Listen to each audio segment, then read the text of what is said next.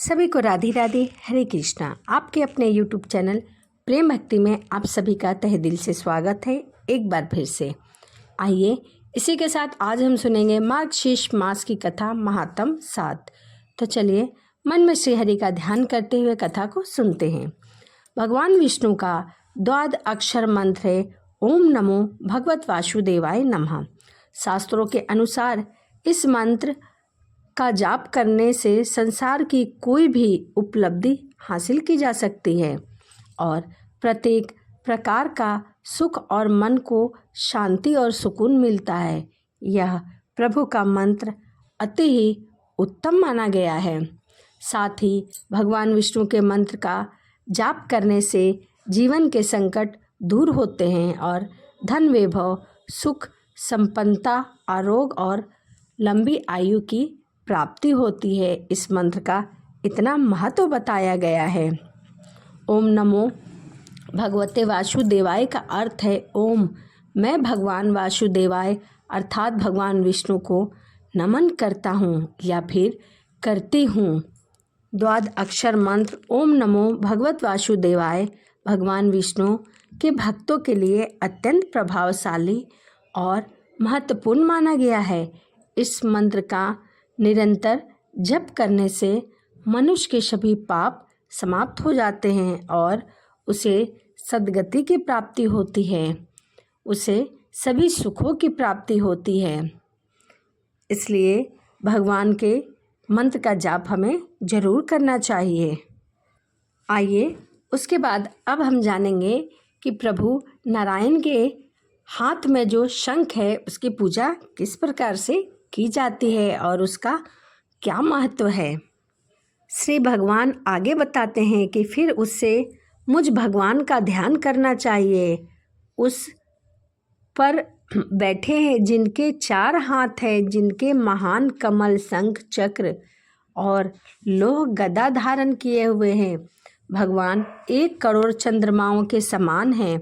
उनकी आंखें कमल की पंखुड़ियों के समान बड़ी बड़ी है। वे सभी अच्छे लक्षणों और चिन्हों से युक्त हैं। उनकी छाती पर श्रीवत्स और कौस्तुभ चमकते हैं। वह पीले वस्त्र पहनते हैं और अद्भुत आभूषणों से युक्त हैं। वह दिव्य सजावट चीज़ों से सुशोभित है। उनके शरीर पर दिव्य चंदन का लेप लगा हुआ है। वह दिव्य पुष्पों से शोभमान है। वह अति सुंदर है। वे तुलसी के कोमल पत्तों और वन के पुष्पों की मालाओं से सुशोभित हैं। वह करोड़ों उगते सूर्य के समान हैं। उनके शरीर पर सभी शुभ लक्षणों से युक्त दिव्य देवी श्री आलिंगन हैं। वे शुभ और इस प्रकार ध्यान करने के बाद उन्हें बड़ी एकाग्रता और पवित्रता के साथ मंत्र का जाप करना चाहिए। अपनी क्षमता के अनुसार 1000 या 100 बार मंत्र का जाप जरूर करना चाहिए। मानसिक रूप से पूजा करने के बाद उसे विधि पूर्वक भी पूजा करनी चाहिए। जल का पात्र बाईं ओर रखना चाहिए। उसे वस्त्र से पवित्र करके रखना चाहिए। सविधि के अनुसार शंख को मेरे सामने रखना चाहिए। सुगंधित जल दूर्वा और पुष्पों से भरा पात्र आचार्य द्वारा चंदन और पुष्पों के दाहिनी ओर रखना चाहिए। ऐसा रखने से सामने घंटी रखनी चाहिए और दीपक विभिन्न दिशाओं में रखना चाहिए। अन्य सामग्रियां भी यथाशक्ति के अनुसार रखनी चाहिए। अर्घ पाद्य आचमन्य और मधुपर्क रखने के लिए 4 पात्र ऐसे सामने रखने चाहिए। हे चतुर्भुज, अर्घ के पात्र में सफ़ेद सरसों, कच्चे चावल, फूल, कुश, तिल, चंदन, फल और जौ के दाने रखने चाहिए। हे पुत्र, मेरी संतुष्टि के लिए गुरु को चाहिए कि वे पाद्य के पात्र में दूर्वा, विष्णुपदी और श्यामा तुलसी कमल रखे, गंगा जल रखे। हे पुत्र, आचमनीय पात्र में बड़ी श्रद्धा के साथ लौंग और जायफल रखें। उपासक को चाहिए कि मधुपर्क के पात्र में बड़ी श्रद्धा के साथ गाय का दूध, दही, शहद, घी और मिश्री रखें। इससे मैं बहुत ही प्रसन्न होता हूँ। जब उपयुक्त वस्तुएं उपलब्ध ना हो तो पूजा विधि के विशेषज्ञ को चाहिए कि वह सदैव यह विचार करके पत्ते और फूल रखे कि वह ये पूजा किस विधि में कर रहा है और कैसी आवश्यकता के लिए कर रहा है। इसके पश्चात उसके हाथ और अंगों का न्यास करना चाहिए। उसे परंपरा के अनुसार 5 या 6 पत्ते रखने चाहिए। मुझे स्मरण करना चाहिए। भक्तों को अपने को मेरे समान समझना चाहिए। हे चतुर्भुज, पूजा के आरंभ में मनुष्य को शुभ मंत्रों का जाप करना चाहिए। तत्पश्चात उसे मेरे प्रिय शंख पंचजन्य की पूजा करनी चाहिए। हे प्रिय, इसकी पूजा करने से वह मुझे बहुत प्रसन्न करता है। शंख की पूजा करते समय उसे विभिन्न मंत्रों का जाप करना चाहिए और पुष्प भी अर्पित करना चाहिए। ये पंचजन्य पहले तुम समुद्र के उत्पन्न हुए थे। आपको भगवान विष्णु ने अपने हाथ में धारण किया है। आपको सभी देवताओं ने बनाया है। आपको नमस्कार है। आपकी ध्वनि से बादल, सूर और असुर भयभीत हो जाते हैं।